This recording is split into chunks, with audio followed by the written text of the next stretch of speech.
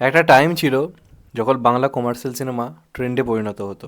যেমন চ্যালেঞ্জের সময় হয়েছে বা অন্যান্য সময় হয়েছে, যে ওই সিনেমাগুলো না দেখা মানে বন্ধুদের কাছে সবাই খিল্লি করছে, মজা করছে, ইয়ার্কি মারছে।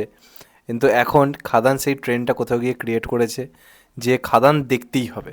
খাদান না দেখা মানে তুমি বিরাট বড় একটা কিছু মিস করছো। এই যে অডিয়েন্সের মধ্যে দাবানলের মতো ব্যাপারটা ছড়িয়ে পড়েছে না, এটা কোথাও গিয়ে ফিল আমরা করতে পারছি। আমি একটু আগে একটা ভিডিও করেছিলাম সোমবারের রেসপন্স নিয়ে। আমি বলেছি সারাদিনের ডিটেলস রেসপন্স নিয়ে পরে কথা বলবো, কিন্তু কিছু কিছু জিনিস এমন চোখে পড়ছে যেটা নিয়ে ভিডিও না করে থাকা যায় না। আর আমি বারবার বলেছি আমি ওই না কুচু বা বিরাট বিজ্ঞ বা অন্যরকম কোনো কেউ নয়। যখন কোনো অন্য ইন্ডাস্ট্রির সিনেমা আসে সেটা নিয়ে আমার ভালো লাগে, সেটা নিয়ে আমি প্রচুর পরিমাণে কথা বলি। এবং আমি আমার চ্যানেলে কত রকমের সিনেমার রিভিউ করেছি বিগত 3-4 মাসে, তোমরা সবাই জানো। এখন খাদান নিয়ে মেতে আছি, খাদান সেলিব্রেশনের জায়গা, গোটা বাংলা মেতে আছে, আমিও মেতে থাকবো। যার প্রবলেম হবে সে আমার চ্যানেল দেখো না, কোনো প্রবলেম নেই, কিন্তু এখন খাদান নিয়েই ভিডিও বেশি আসবে। হ্যাঁ, মাঝে মধ্যে অন্যান্য কাজ নিয়েও কথা বলবো, দেখবো অবশ্যই, কিন্তু আমি সারাদিন খাদানের কোথায় কী রেসপন্স আসছে এটার দিকে চোখ রাখছি, সেটা নিয়ে কাজ করছি, তো যে কারণে এখন ওটা নিয়েই ব্যস্ত থাকবো। এটা সবাই হয়তো ভুলে গেছিলো যে একটু অন্য ধারার সিনেমা দেখছি বলে বা অন্য জিনিস নিয়ে কথা বলছি বলে কী ভেবেছিলিস মাস সিনেমাকে সেলিব্রেট করতে ভুলে গেছি? ওটা আমারই কাজ। যাই হোক, এখন ব্যাপারটা নিয়ে বলি। আজকে যা রেসপন্স দেখতে পাচ্ছি, আমার তো মনে হয় না বাপের জন্মে কোনো সোমবারে আমি কখনো এমন রেসপন্স দেখেছি বলে। কোনো বাংলা কমার্শিয়াল সিনেমা তো দূরের কথা, কোনো সিরিয়াল বা কলকাতার ট্রেন্ডে গা ভাসানো সিনেমার জন্য এমন রেসপন্স আমার তো অন্তপক্ষে কোনো চোখে পড়েনি।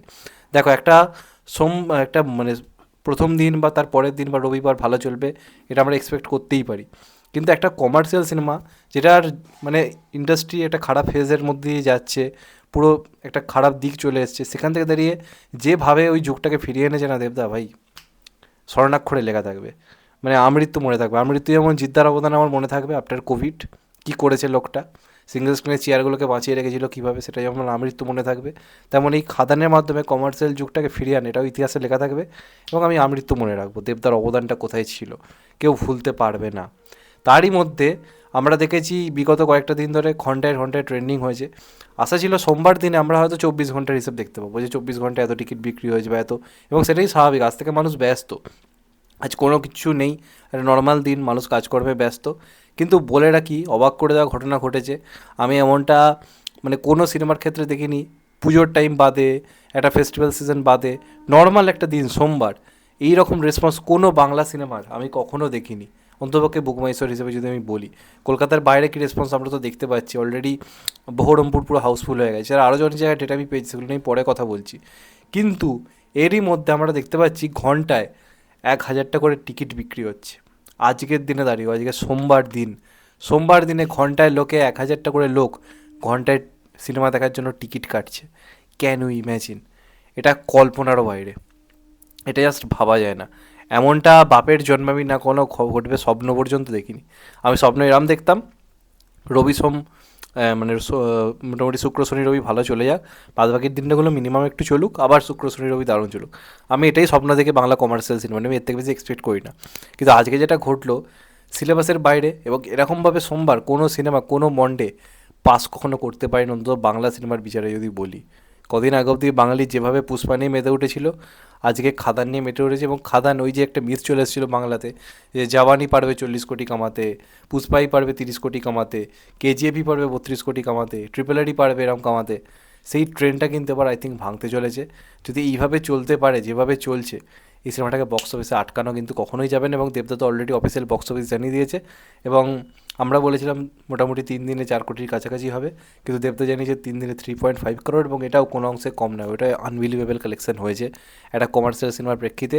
এটা অল টাইম একটা রেকর্ড, যেটা আনবিলিভেবল একটা response, one of the biggest collection. শুধু তাই নয়, রেকর্ড ব্রেকিং কালেকশন। এবং তার সঙ্গে সঙ্গে আজকের মতো দিনেও, সোমবারের মতো দিনেও এরকম রেসপন্স, ঘন্টায় ঘন্টায় টিকিট বিক্রি হচ্ছে, জাস্ট আনবিলিভেবল। এমনটা ভাবা যায় না, এমনটা কল্পনা করা যায় না, কেউ স্বপ্ন পর্যন্ত দেখেনি। যারা ডাইহার্ড দেভিয়ান্স তারাও এই স্বপ্নটা দেখেনি যে সোমবার দিন এইভাবে টিকিট বিক্রি হয়, কারণ ও কল্পনাও করতে পারেনি।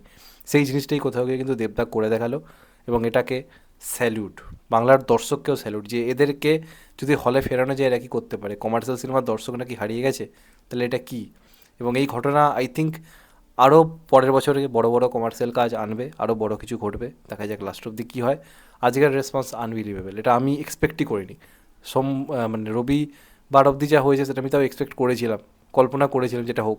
সোমবারটা আমার অতটা এক্সপেকটেশন ছিল না, আমি চেয়েছিলাম সোমবার মোটামুটি চলে যাক, কিন্তু এ তো ভাই থামার নামই নয়, মানে একদম চলতি কা নাম গাড়ি করে দিয়েছে। Unbelievable response.